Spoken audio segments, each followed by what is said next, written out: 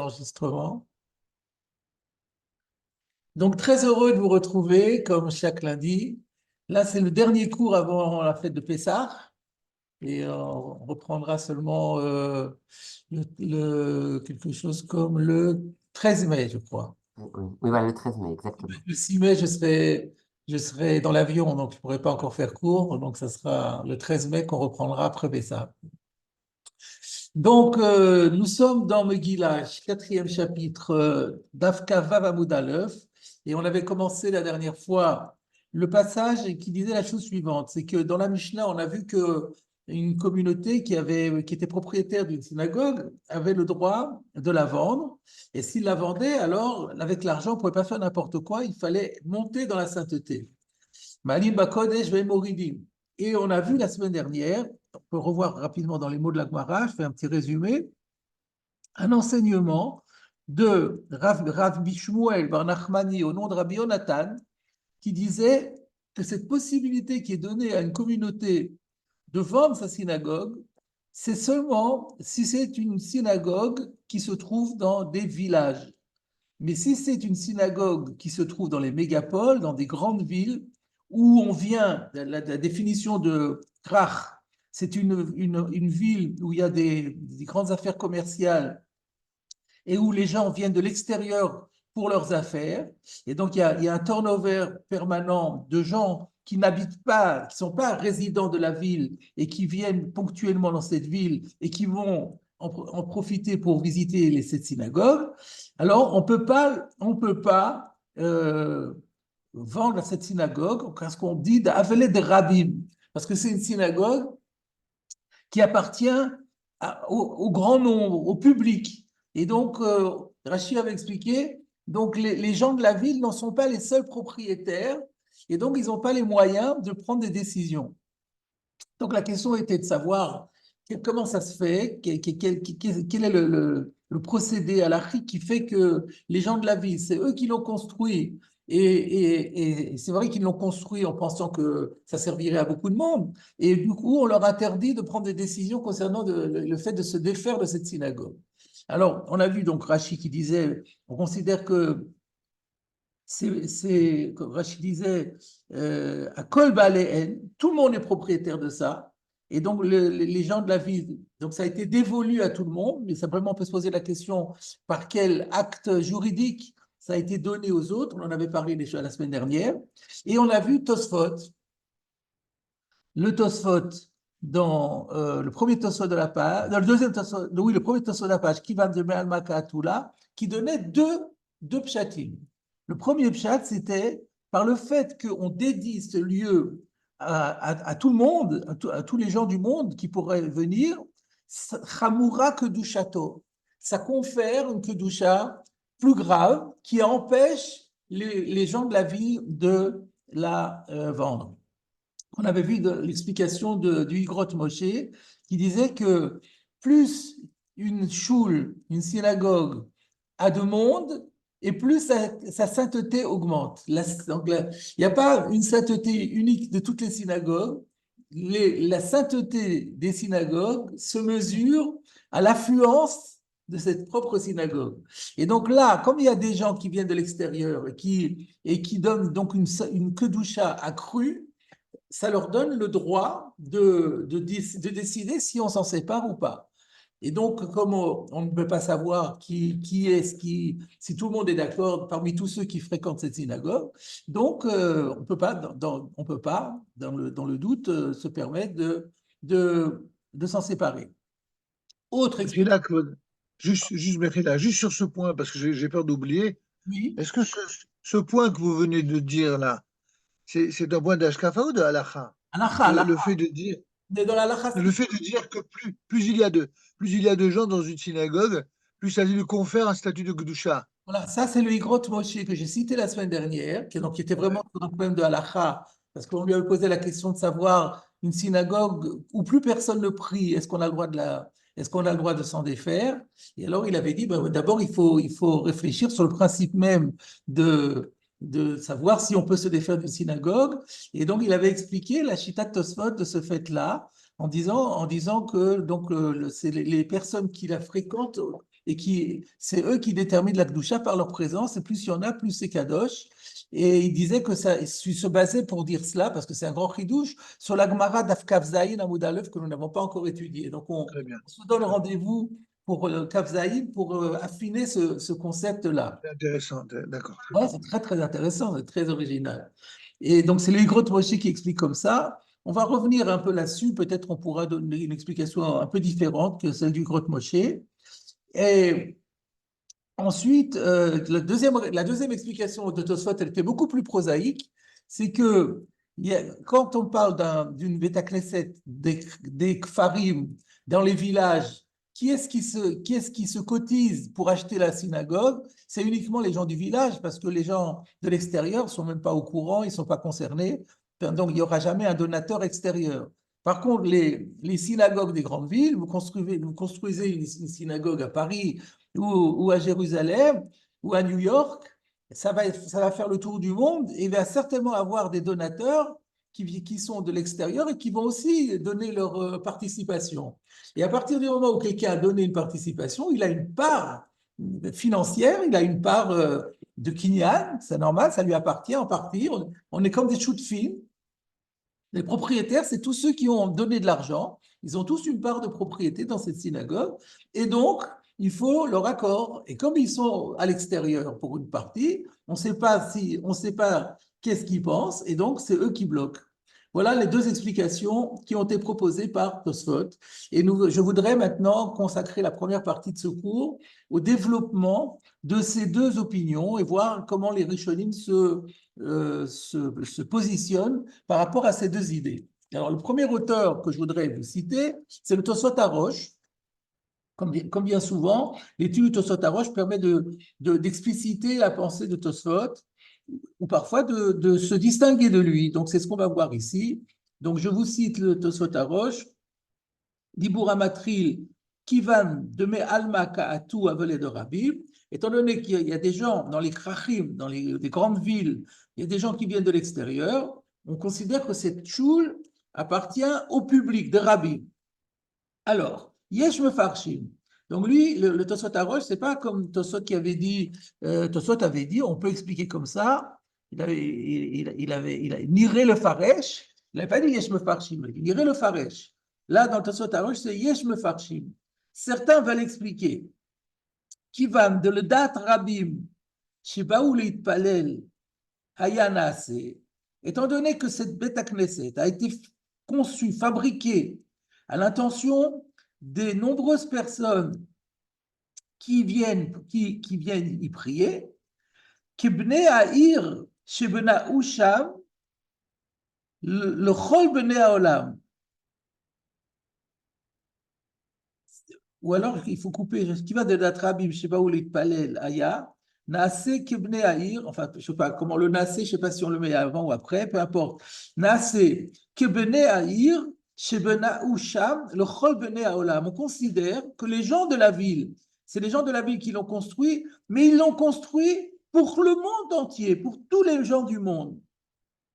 Qu'est-ce qu'il veut dire par là? Donc là, il n'y a pas écrit cette notion de Kedushatan Chamura, telle qu'elle était écrite dans Tosfot.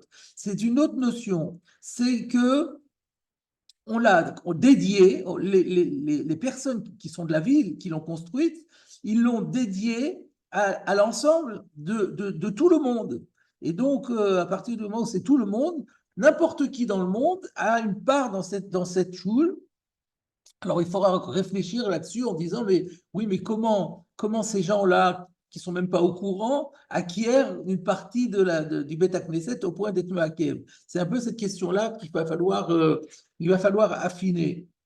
Le Higrot Moshe était une explication, mais on reviendra là-dessus tout à l'heure. Le Tosfot Harosh dit l'Oneira. Pour moi, cette explication ne me convient pas, elle n'est pas claire. Pourquoi? De'echi ka'amar Ravashi besamuch adata didi ka'atu matzina lezibunele. Ça aussi, c'est un passage que nous avons déjà vu la semaine dernière, que suite au passage de la Gemara que je viens de rappeler, il y avait Ravashi qui dit, moi j'habite Matam Chassia. À Matam Chassia, il y a plein de gens qui viennent de l'extérieur, mais ils viennent pour moi. Ils viennent pour m'écouter, pour me rencontrer, pour étudier mes shiurim. Et donc, c'est tout le monde, euh, à data didi, tout le monde, quand les gens viennent, ils viennent pour moi. Et par le fait que tous les gens qui fréquentent cette synagogue n'y viennent que pour moi, donc j'ai le pouvoir de la vendre. Donc Ravashi a dit, moi, ce qui me concerne, dans mon cas à moi, étant donné que tout le monde vient pour moi, donc tout le monde est d'accord avec moi, donc je peux la vendre.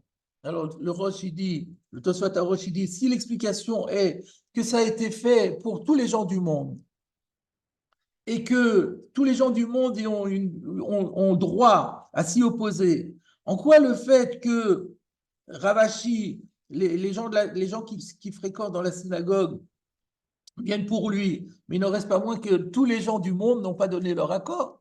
Donc c'est ça qui convient, c'est ça que le Roche dit.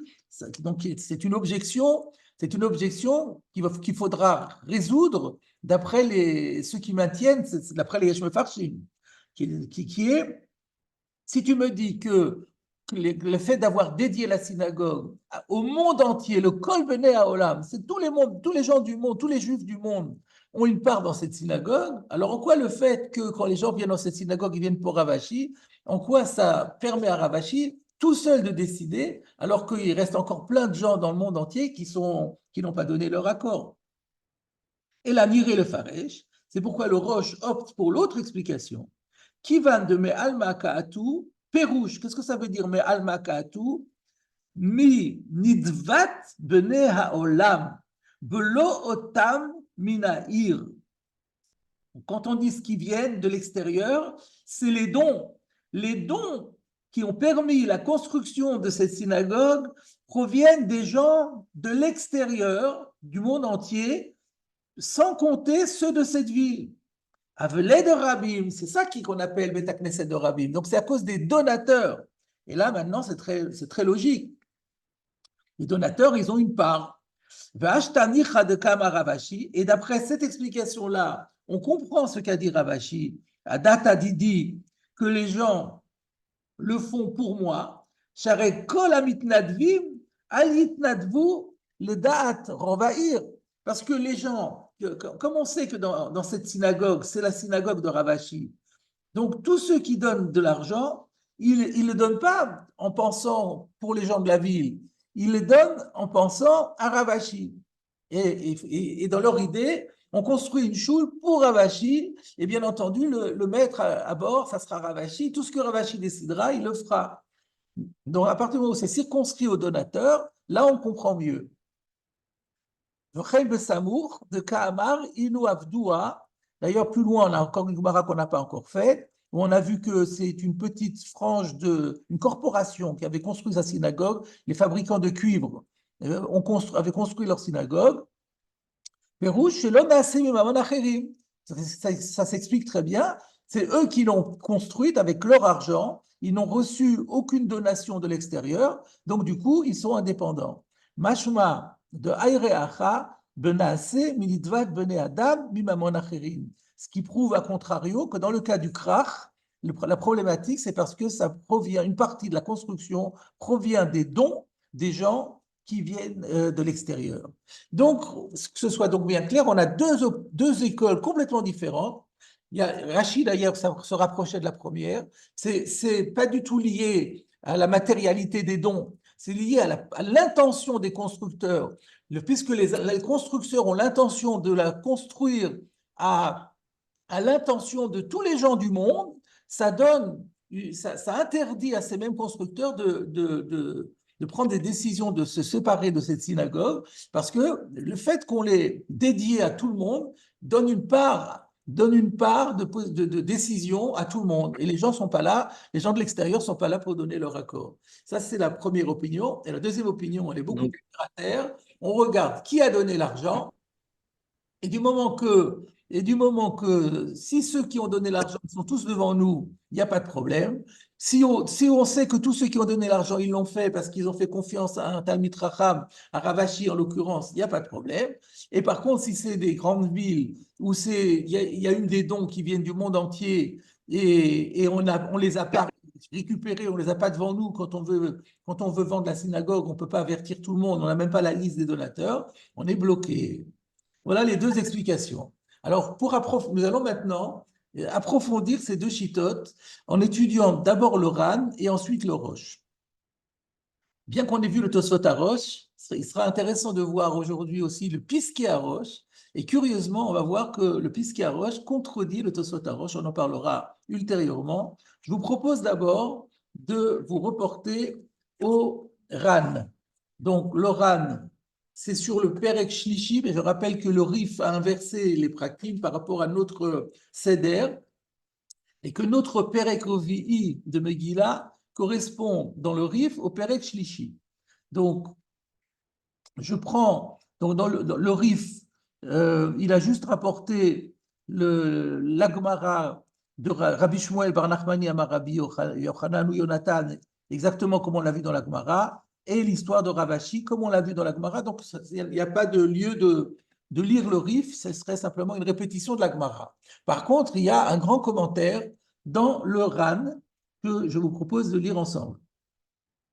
Donc, c'est le Dibur Amatril, Aval Bet Knesset Shel Kerachim.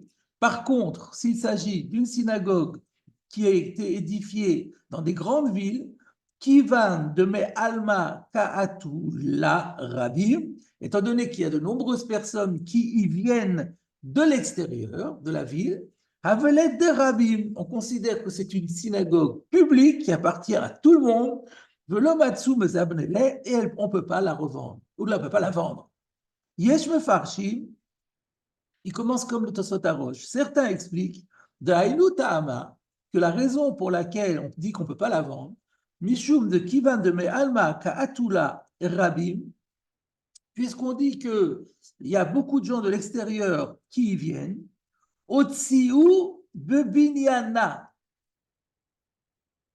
Ou alors peut-être il faut dire, il faut couper autrement, qui va de Me'alma Ka'atula, puisque on y vient de l'extérieur, Rabim Otsiu Bebinyana, il y a donc de nombreuses personnes qui ont dépensé de l'argent pour la construction. Donc c'est la deuxième réponse, la deuxième explication de Tosfot, c'est par celle-là que le Ran commence. Que c'est une question de cotisation, de donation, de dons qui ont été donnés par des gens de l'extérieur, des dépenses pour la construction. Et puisqu'il y en a beaucoup qui ont donné des dépenses dans la construction, le schéma y a supposé qu'il y a peut-être une personne, Besof Haolam, aux confins de l'univers, chez Otsiba, qui avait donné, donc, qui avait dépensé de l'argent pour cette choule. Vechelko meakev. Et donc, sa part empêche la vente. Le fiche en bene haolam kefufin livne irzu. Parce que tous les gens qui n'habitent pas la ville ne sont absolument pas soumis aux décisions des gens de la ville, donc ils peuvent décider ce qu'ils veulent, mais les autres qui peuvent être en désaccord. Velo le shiv a touvé à ir, Sheba. Plus tard, on verra dans la Gemara qu'il y a un concept des 7 notables de la ville. Mais les gens de l'extérieur ne sont ni soumis à l'ensemble des habitants de la ville, ni aux 7 notables. Et là, Imken, Yesha Madame Chashub Karavashi. Sauf si on est dans un cas particulier où dans la ville, il y a un homme particulièrement important tel que l'était Ravashi, parce que là-bas, là, on comprend, chez Kol Anotnim, le Tzorke Betakneset, Aldakdo et Notnim. Parce que si on sait qu'on construit la choule de Ravashi pour Ravashi, tous les donateurs, on sait qu'ils le font al dato, en se basant sur ce que sera sa décision. Vaïnou d'Amar Ravashi, et c'est ce que dira Ravashi, Haïbekenishta de Matam Chassia, que la bête à Knesset centrale de Matam Chassia, si je veux, je peux la vendre. Donc ça, c'est le pshat, que c'est lié aux dépenses effectives et aux donations qui ont été faites par les uns et les autres. Et donc, il peut y avoir quelqu'un à l'extérieur de la ville qui s'oppose à la vente. Alors, je voudrais rajouter ici ce que dit le Ritva, parce que jusqu'à présent, on est dans la théorie. Mais quand il y a deux explications différentes, il doit y avoir une afkamina, il doit y avoir une conséquence pratique. Quelle est la différence pratique entre les deux explications? C'est le Ritva qui dit. Il dit le Fumze, Kol echad idbarer, Shebnei Akrach Bena'u Amishelahem Matsu Mezabnela. D'après cette explication des Yesh Mefarshim, où la raison pour laquelle la Gemara a dit qu'on ne peut pas vendre, c'est parce qu'il y a un donateur extérieur quelque part dans le monde, peut-être un donateur extérieur, et on ne sait pas ce qu'il penserait. Si on est dans une situation où on a la liste exhaustive des donateurs, et ils ont tous donné leur accord, où on sait, disons, que c'est tout que des gens de la ville qui ont donné, et il n'y a pas une seule personne de l'extérieur qui a donné de l'argent. Dans ce cas-là, on est délivré, on peut la vendre. Par contre, après l'autre explication qui dit que comme ça a été dédié aux gens de l'extérieur, on ne peut rien faire, eh ben, le fait de savoir qui ont été les donateurs ne servira à rien. Donc voilà la nafkamina, le dina, on a une vraie conséquence pratique, et c'est ça qui nous permettra de vérifier à la fin dans le Shulchan Aruch comme qui on est possède. Est-ce que lorsqu'on a la liste des donateurs, la liste exhaustive des donateurs, et que les donateurs en question sont pour vendre la synagogue, est-ce que c'est vendable ou pas? Ça dépend des deux explications. D'après la première explication, comme quoi ce sont les gens qui ont payé, qui ont une part, et seuls eux ont leur mot à dire, si on a la liste des donateurs et qui donnent leur accord, il n'y a plus de problème. Par contre, si on dit que quand on a construit la synagogue, on l'a fait à l'intention de tous les juifs du monde entier, alors là, on est bloqué, quoi qu'il arrive. Alors, je reviens au Ran, et il dit, Vachimuchar Birushalmi. Donc, cette explication-là, elle est validée parce qu'elle est prouvée dans le Yerushalmi. Comment? On va voir dans le Yerushalmi que c'est cette explication-là qui était celle du Yerushalmi. C'est-à-dire, Sinanatam, voilà ce qu'on lit là-bas. Rabbi Shmuel Bar Nachmani Beshem Rabbi Natan. Donc, c'est un autre auteur, Rabbi Shmuel, chez nous, c'était Rabbi Shmuel Bar Nachmani, c'est un nom de Rabbi Yochanan ou bien de Rabbi Yonatan. Et là, c'est le même Rabbi Shmuel Bar Nachmani au nom de Rabbi Nathan. Donc, c'est sans doute la même personne avec des traditions différentes. Hadad et Teima, ce que tu as dit, c'est-à-dire qu'on peut vendre la synagogue, dans la Mishnah, le Bet HaKnesset Shel Yachid, c'est seulement si c'est une Bet HaKnesset qui appartient à un Yachid. Alors là, Yachid, c'est bizarre parce qu'il ne s'agit pas de dire que ça appartient à une personne. Le Korban de Tanel expliquera, quand on verra le Rosh, ça veut dire chez Yechidim, ça veut dire d'une minorité de personnes, d'individus. On ne parle ici que lorsque le Bet HaKnesset est affecté ou utilisé par une minorité de personnes. Aval shel Rabim, Assour. Mais si c'est un grand public, là c'est interdit. Pourquoi? Va'ani omer shema echad misof ha'olam kanibé. Et là je dis, peut-être qu'il y a quelqu'un aux confins de l'univers qui a acquis une part.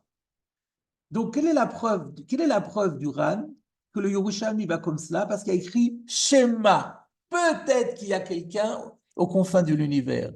Si c'est l'autre explication qui est qu'on l'a destinée à tous les juifs du monde entier, il n'y a pas de peut-être. C'est sûr qu'il y a des juifs à l'extérieur et qui ne sont pas au courant et qui n'ont pas donné leur accord. Si on dit peut-être, ça prouve qu'il y aurait une possibilité que ce ne soit pas le cas. Donc ça veut dire que c'est limité. Donc c'est bien l'explication qui convient de dire que c'est lié uniquement aux donateurs. Et donc on ne sait pas qui sont les donateurs. Peut-être qu'il y en a un, peut-être qu'il n'y en a pas. Donc le peut-être, il est justifié. Alors que d'après l'autre explication, le peut-être ne sera pas justifié. Néanmoins, le Ran nous ramène quand même l'autre chita, aval. Donc malgré le fait que le Yerushalmi conforte la première explication, Acherim Pirshu, d'autres ont expliqué de Shel Kerachin, Haïlut Ta'ama de l'Omatsu Mezablela, que les choules des grandes synagogues, des grandes villes, voilà la raison pour laquelle on ne peut pas les vendre. Mipne she'en bonim ota al da'at kol ha'olam, parce que ils la construisent en pensant au monde entier. Ve'arehen kemakdishim ota lakol. Et c'est comme si il l'avait consacré pour tout le monde. Et donc, là j'ai l'impression, là je voulais vous dire que des mots du Ran, j'ai comme l'idée qu'il y a une idée un peu différente pour expliquer comment ça fonctionne. Parce qu'on verra encore d'ailleurs c'est le Chazon Ish qui posera la question, qui dira mais en quoi le fait qu'ils ont donné, ils ont destiné dans leur esprit que cette synagogue pourra servir au monde entier, mais qu'est-ce qui fait que ça donne une part aux autres et que ça leur donne le droit d'empêcher la vente? Eux, ils n'ont pas fait de kinyan, il n'y a pas eu de masse kinyan. Alors, d'après ce que je voudrais, donc on a vu l'explication du Grotte Moshe qui est que ça a augmenté, grâce à eux, la sainteté a augmenté, donc du coup, ça leur donne une part. Moi, je voudrais proposer un peu différemment. Hareen kemakdishim ota lakol, que un Bet Knesset a une kedusha. Celui qui construit un Bet Knesset, il confère une kedusha. C'est comme un neder hekdesh. Et donc, là, il y a par les Nédarim, à l'époque du Beth Amikdash, quand on avait quelque chose qu'on voulait faire vœu, de l'argent qu'on voulait donner au Beth Amikdash, on disait Arezé Ekdesh, et ça appartient au Ekdesh. Donc, dans l'Akdusha, c'est une sorte de Néder, on a la capacité, par la bouche, de sanctifier quelque chose. Et là, Areen Kemakdishim Otalakol, le Beth Knesset a une Kedusha, et lorsque je destine ce Beth Knesset pour telle ou telle personne, donc je consacre ce Beth Knesset à cette personne, et c'est cette consécration qui donne un pouvoir à la personne, par le Néder qu'on a fait. Voilà comment je pose une variante un petit peu de ce que disait le Higrot Moshe. C'est la force de la consécration par la parole. Makdishim ota lakol, ça leur donne le droit, puisque ça a été consacré pour eux, donc ça leur donne un droit de regard et de décision. Dernier paragraphe du Ran. Au Mistabra, à part ça, il est logique de dire, de où a dit Nami, le Kolma Shinishne Meshnateinu, que la règle qu'on vient de voir, qui fait une distinction entre les villes, les petits villages et les grandes villes, elle est valable pour tout ce qui figure dans notre Mishnah. Que Teva, on a parlé du Aaron HaKodesh, ou bien de l'endroit où on pose le Sefer Torah, ou Mitpachot, on a parlé du manteau du Sefer Torah, ou Sfarim, on a parlé du Nach, des livres dans lesquels on lisait les Nevi'im ou les Ktuvim, des Kulu Grire Batar Bet Knesset. En fait, tous, ils sont liés, entraînés par le Bet Knesset. Ce sont des accessoires du Bet Knesset. Donc, même s'ils ont une Kiddusha plus forte que le Bet Knesset, ils font quand même partie des accessoires du Bet Knesset. Le kolecha de Iou adata de Kule Alma, anachnam adata de Kule Alma. Donc, dès lors que le Bet Knesset lui-même, il a été consacré dans telle et telle intention, par exemple par rapport à tous les gens de l'extérieur, et bien tout ce qui va ensuite meubler le Bet Knesset, la Teva, les Mitpachot, les Sfarim de ce Bet Knesset, ils seront aussi consacrés aux mêmes intentions. Et donc, il y aura les mêmes implications que pour le Bet Knesset lui-même. Voilà un petit supplément intéressant que nous donne le Ran. Donc, voilà comment le Ran a rapporté les deux explications qu'on avait vues dans Tosfot, en donnant une petite préférence à celle qui dit que c'est lié à l'argent qu'on donne, parce qu'il a une preuve du Yerushalmi. Donc, maintenant, je voulais vous montrer le Rosh qui va avoir la position inverse. Et donc, il va donner la préférence à l'autre explication. Alors, regardons maintenant le Rosh. Donc, le Rosh, lui, il a la même pagination que nous. Donc, c'est dans le Perek Revi'i. Alors, dans le Perek Revi'i, on va prendre à partir à la 4e ligne, à partir du début de la Gemara. Amar, Rabbi Shmuel bar Nachmani, Amar Rabbi Yochanan. Donc, le Rosh reprend la même version que le Rif. Loshanu el Bet Knesset shel Kfarim. אבל של כרכים, כיוון דמעלמא כעתו, לא אביה לאו דרבים, ולא מצאו מזבנה לה. Donc jusque-là, c'est la Gemara. Maintenant, regardez ce qu'il dit. ואפילו הווה ידוע שבני הכרך בנו אותה, ולא סייעו להם מחוץ לעיר בהוצאת בניינה, et même si on est certain que les gens de la ville, c'est eux qui l'ont construite et que personne de l'extérieur de la ville n'a participé à la dépense de la construction. Afilu achi, eh ben quand même, kivan de me alma ka'atula, puisque il y a des gens qui fréquentent cette synagogue et qui viennent de l'extérieur, mais alma, benei ha'ir ikidishua le da'at kol ha'olam. Vous retrouvez la même formulation que dans le Ran. Les gens de la ville, on sait qu'ils l'ont consacré, cette synagogue, à l'intention de le monde entier.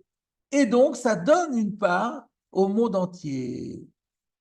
Vous remarquerez donc ici que le Rosh dit exactement le contraire de ce qu'il avait dit dans le Tosfot HaRosh. Dans le Tosfot HaRosh, il avait dit, mais on ne peut pas dire ça, parce que dans ce cas-là, Ravashi, comment on peut comprendre que Ravashi s'est autorisé à dire, ben moi je peux la vendre si je veux, alors que ça a été fait pour le monde entier. Et à cause de ça, le Rosh avait dit, non, non, on parle des donateurs effectifs. Et les donateurs effectifs l'ont donné en pensant à Ravashi.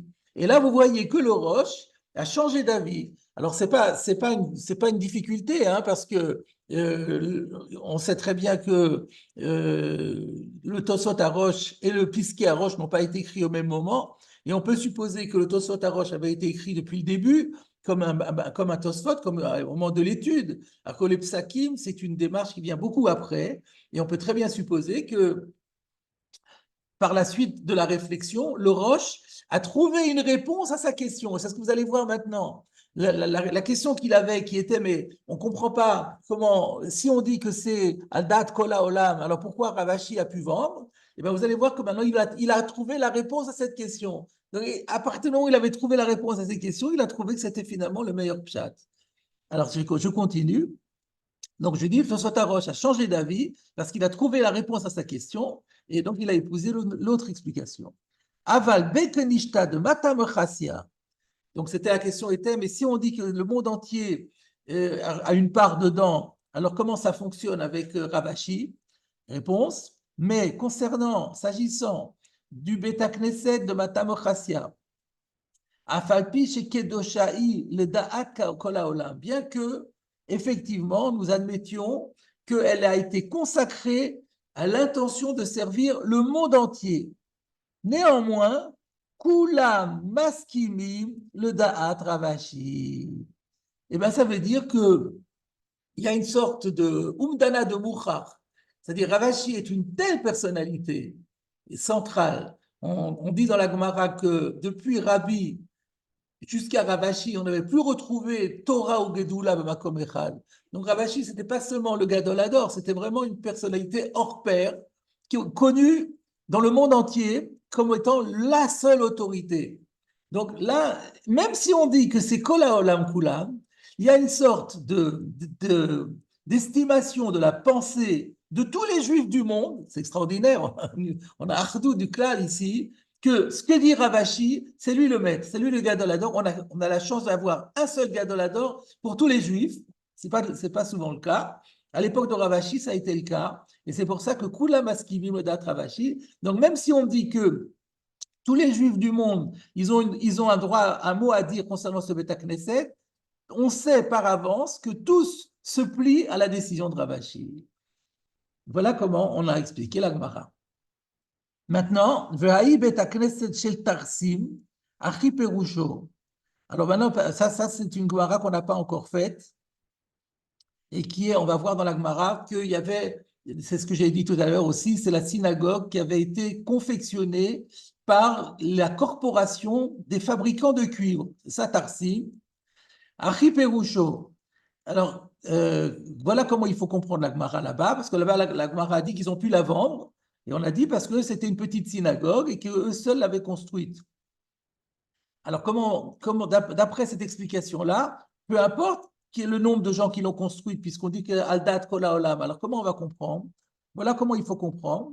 Bekenishta Zuta Avai, c'était une Beta Knesset qui était toute petite.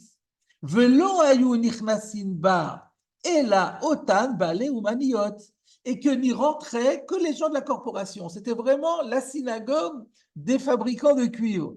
Donc, sous-entendu, quand ils l'ont construit, là, ils ne l'ont pas, même si cette synagogue, elle était dans une grande ville. Cette petite, c'était ça, c'est la question de la Gemara, c'est que cette petite synagogue des fabricants de cuivre, elle était dans une grande ville. Alors, comment se fait-il qu'on a dit qu'on peut la vendre? Réponse, parce que eux, ils n'avaient pas le même fonctionnement que les autres synagogues de la ville. Les autres synagogues de la ville étaient conçues pour tout le monde. Comme il y avait du passage dans la ville de gens de l'extérieur, ils allaient dans les différentes choules de l'endroit. Mais ils n'allaient jamais dans cette petite choule-là, parce qu'elle était rikiki et qu'elle était réservée aux gens de cette corporation. Donc, quand on est certain que quand les gens de cette corporation, ils ont construit cette synagogue, ils n'ont pas pensé aux gens de l'extérieur, ils n'ont pensé qu'à eux-mêmes. Et donc, il n'y a pas de problème. Voilà comment le Roche résout l'Agmara en fonction de l'explication que c'est une Kedusha, l'école à Olam. Et là, vous voyez qu'on ne retrouve pas ce que Tosot avait dit, qu'il y a une Chomer, une Kedusha Chamura. Ce n'est pas tellement une notion de Kedusha Chamura qu'une notion que ça a été dédié au monde entier et que ça donne un droit de regard et de décision au monde entier. Va de Kamrinan de Yerushalmi. Alors maintenant, il y a la question du Yerushalmi.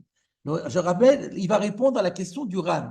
Parce que le Ran avait dit que la preuve que ce pshat-là n'est pas possible, c'est que le Yerushalmi avait dit pourquoi est-ce qu'on ne peut pas le vendre? Parce que peut-être qu'il y a quelqu'un aux confins du monde qui ne serait pas d'accord.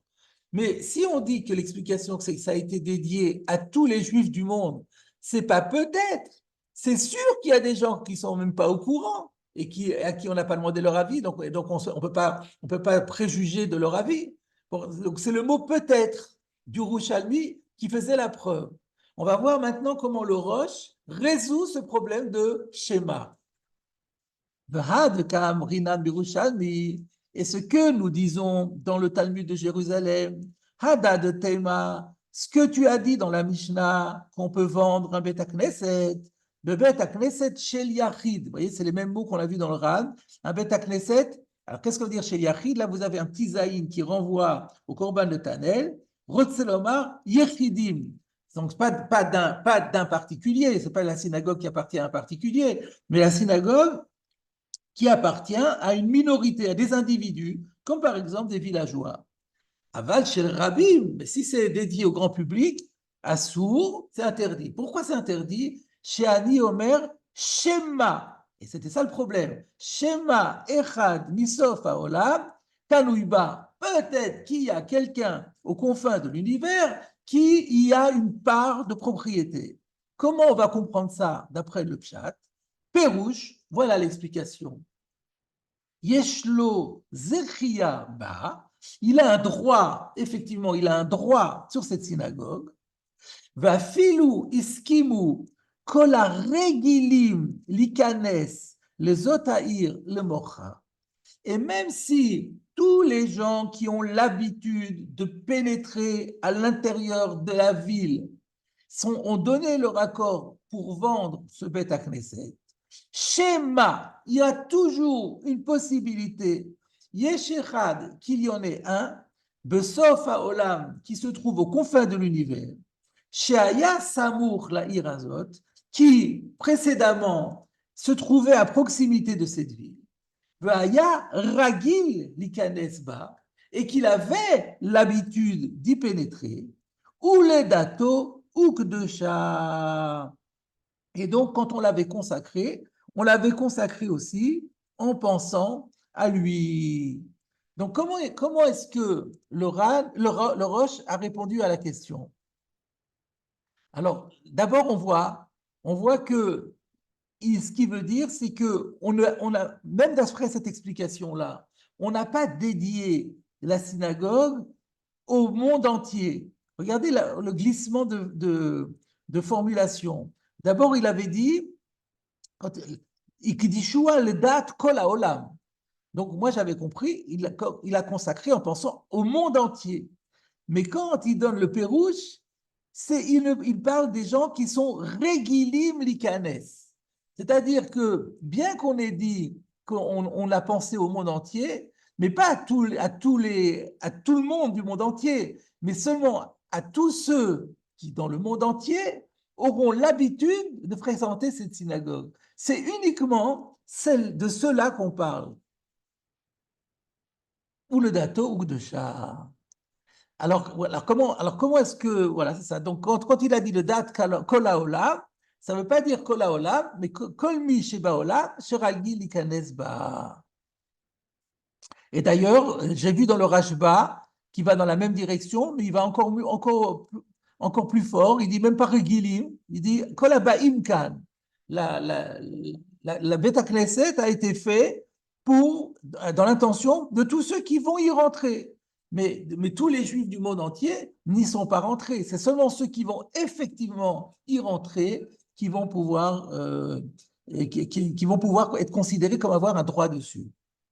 Maintenant, se pose la question, mais qu'est-ce qui donne, donc d'après cette explication-là, qu'est-ce qui donne le droit? Donc, vous voyez ici, le Roche ne va même pas rapporter l'autre explication qui est qu'on va d'après les dons et les donateurs. Non, le Roche a abandonné cette explication-là et il a conservé l'explication de Igdishua, le fait qu'on l'a consacré. Alors maintenant, se repose la question que je vous ai déjà citée, mais comment ça fonctionne au plan halachique?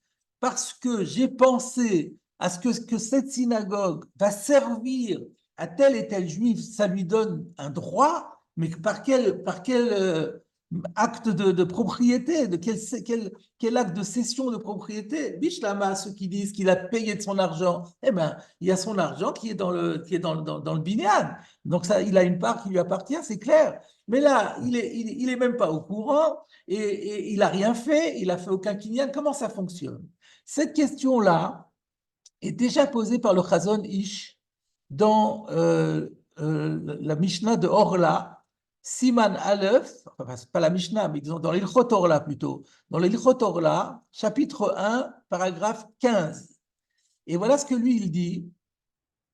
De Kanu Be'amira, on peut considérer que ces gens-là, de l'extérieur, vont recevoir un droit, vont acquérir un droit par la simple parole de ceux qui ont édifié la synagogue.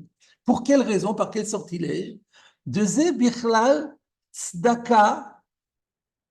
Ze Bichlal Tzedaka. Lui, il dit que quand on faisait cette action généreuse de dire nous construisons une choule et nous la mettons à disposition de tout juif qui viendra y prier, c'est un acte de charité.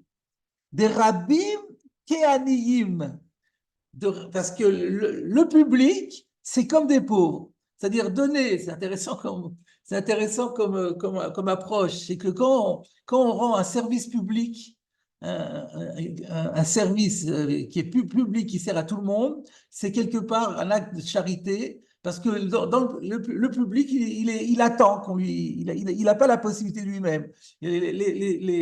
Les gens sont très souvent des consommateurs et pas des acteurs. Ils attendent qu'on leur mette à disposition un Beth Knesset. Sinon, il n'y aura pas de Beth Knesset. Ils feront la tfila chez eux. Et donc, c'est comme des pauvres qui n'ont pas les moyens. Et c'est de la tzedaka que de construire un édifice communautaire. Donc là, on découvre que quand on construit un édifice communautaire, on fait en plus une mitzvah de tzedaka. Et donc, avec Bichlal Beficha, Zut Tzedaka. Ça, qu'est-ce qu'il veut dire par là? C'est qu'il y a une Gemara dans Rosh Hashanah qui dit qu'il y a, sur le passage, la Vav Amud Aleph, la Gemara dans Rosh Hashanah rapporte le pasuk dans Kitetse, Motza Sefatecha Tishmor Vasita Kasher Nadarta Lashem Elokecha Beficha. Ce qui sort de tes lèvres, tu devras le garder, l'appliquer, et tu feras ce que tu as fait comme vœu pour Hachem ton Dieu par ta bouche. Et là-bas, la Gemara de Rosh Hashanah, elle fait une dracha sur chaque mot, et quand elle arrive au mot de Picha, et bien Picha, elle dit, plutôt, ouais, Picha, c'est tzedaka. C'est-à-dire que le fait de s'engager à donner la tzedaka engage la personne, et ça a valeur de vœu, et la personne est obligée de donner. C'est ça le contenu de la Gemara de Rosh Hashanah, c'est que dès qu'on a dit qu'on a fait un vœu de donner de l'argent à un pauvre ou aux pauvres en manière générale, on est tenu immédiatement de remplir ce vœu. Alors donc, d'après le Chazon Ish, c'est un éder de tzedaka, de manière un petit peu originale. C'est là-dessus que moi, je voulais bifurquer un petit peu, donc à la fois bifurquer par rapport aux grottes Moshe que j'ai citées et par rapport au Chazon Ish, en disant pourquoi dire que c'est un éder de tzedaka? Pourquoi ne pas dire plutôt que c'est un éder de Ekdesh? Il y a non le neder, il y a aussi le Ekdesh. Kasher nadarta l'Hashem Elokecha.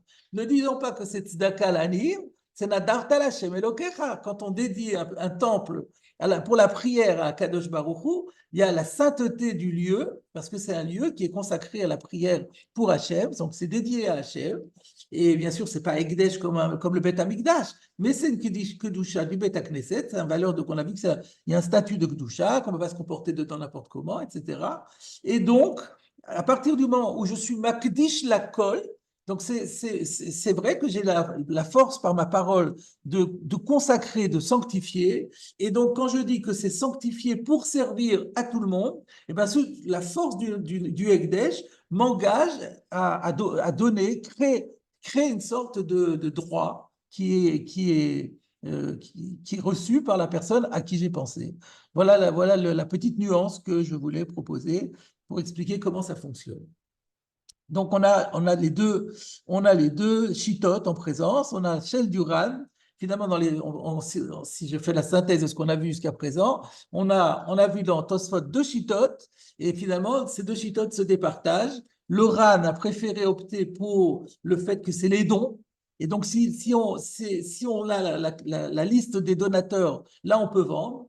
Et le Roche dit non, c'est pas lié à ça du tout. C'est du moment quand on rentre dans une grande ville, on édifie une synagogue, par définition et par hypothèse et par présomption, on l'a destinée à tous les juifs du monde qui viendront, ils sont les bienvenus, et ça leur donne un droit, parce que c'est un éder. Alors, je termine le Roche. Le Roche termine en citant encore un bout du Yerushalmi. Yerushalmi, Atkan, que chez Banier, le Shem Bet Knesset. Jusqu'à tout ce qu'on a dit jusqu'à présent, c'est quand on a construit un édifice pour servir de Bet Knesset. Par contre, il y a une question. Banier, le Shem Chatzer, Veikdisha.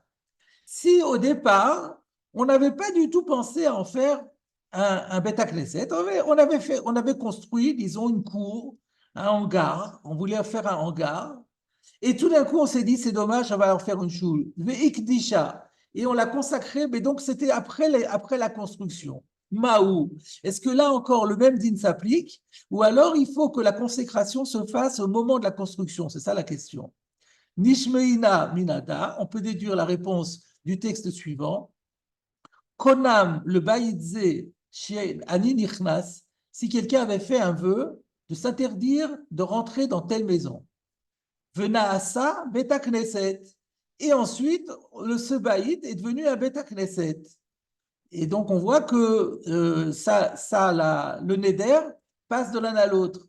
Hada amrinan, banier le shem chatzer, veigdisha, kacha. Ça prouve bien que même si on avait construit initialement pour en faire quelque chose de profane, un hangar, et finalement on l'a consacré, eh bien, c'est consacré. Et Mataï Kedosha, question nouvelle. Et alors, si c'est après que c'est consacré, à quel moment exact ça devient sacré? Miyad, est-ce que c'est au moment même où on décide d'en faire un Beth Knesset, on dit Arezé Beth Knesset, au Beshat Tashmish, ou alors dans un cas comme celui-là, parce qu'il n'y a plus eu d'action, quand c'est le moment de la construction, la parole, elle est confortée par l'action. Mais là, si c'est une parole pure, sans action, est-ce que la parole suffit à donner la sainteté au lieu, ou il faut encore attendre qu'on l'utilise effectivement? Shat Tashmish. Nishmeinan minada, nous allons le déduire de cela. Haoseteva umit pechot, le Shem Sefer, celui qui fabrique un aron ou bien un manteau pour servir à un Sefer Torah. Atchelo nishtamesh ba'en, à Sefer, mutar nishtamesh ba'en idiot. Tant qu'on n'a pas utilisé avec le Sefer Torah, on peut encore faire un usage privé avec cette teva, cette mikpochot. C'est-à-dire le fait d'avoir dit simplement cette teva, je la consacre au Sefer Torah, ça ne suffit pas. Mais à l'instant où on l'utilise pratiquement, concrètement la teva ou le mitpachat pour le sefer, assour l'ishtamesh ba'en idiot. Eh bien, là, on ne peut plus faire un usage privé. Uma eilu, shenasu le shem sefer, enam kodoshim, ela mishat tashmish. Si déjà ceux-là qui avaient été conçus depuis le départ pour servir au livre, et bien malgré tout, la Kedusha ne prend pas effet tant qu'on ne l'a pas utilisé. Zou shebenaya le Shem Chatzer, celle-là qui avait été construite non pas pour servir à un Beth Knesset mais à un hangar, le Kol Sheken, c'est sûr que ça ne pourra pas être Kadosh tant qu'il n'y aura pas eu de Tashmish. Et après, il rapporte l'enseignement de Rav Ashi. Voilà donc les différentes opinions que les deux opinions en fait qui viennent expliquer la Gemara qui disent que le kakrach chez le Rabbim, on ne peut pas vendre. Alors, sa question se pose évidemment, alors au niveau halakha, qu'en est-il? Alors, je vais vous citer le Shulchan Aruch au Siman Kuf Nun Gimel Seif Vav. Le Sivan Kuflun Gimel regroupe les différents dinim qu'on a vu dans notre Mishnah, la vente, qu'est-ce qu'on fait avec l'argent, etc. Et donc, dans le Sivav, il dit V'had Bet Knesset nimkar. Parce que là, jusqu'à présent, on a parlé de la vente du Bet Knesset sans dire quelles sont les conditions. Quand est-ce qu'un Bet Knesset peut être vendu? Hanemile shel Kfarim. Shel Kfarim. C'est seulement un Bet Knesset de village. She'en ba'in Anashim mimkomot acherim. Parce que dans ces villages, il n'y a personne qui vient dans le Bet Knesset provenant d'autres endroits. Chez l'Onasit et là, l'Ekvne Akfarim Levadam. C'est une synagogue qui n'est réservée qu'aux villageois. Là, je saute quelques passages. Aval Shel Krachim. Par contre, lorsque le Bet Knesset est dans une grande ville, chez Ba'im Sham mimkomot acherim, dans laquelle on vient d'autres endroits que la ville, afilu banu oto michelaer enonimkar. Même si c'est les gens de la ville qui l'ont construite avec leur propre argent et uniquement avec leur argent, malgré tout, on ne pourra pas la vendre. Qu'est-ce que vous constatez? Que le Shulchan Aruch a été posé avec la Khumra, que ce n'est pas lié aux donateurs. Même si on a la liste complète des donateurs, pour autant, on n'aura pas le droit de revendre la synagogue dans la mesure où les gens qui l'ont conçue l'ont destinée à servir à tous les gens de passage de quelque endroit qu'ils viendraient. Et pourquoi le Shulchan Aruch a été posé comme ça? Parce que c'est la Chita du Rosh et c'est aussi la Chita du Rambam. Le Rif, on ne peut pas savoir, il a simplement reproduit la Gemara, donc on sait que le Shulchan Aruch fait sa halakha en fonction de ces trois auteurs.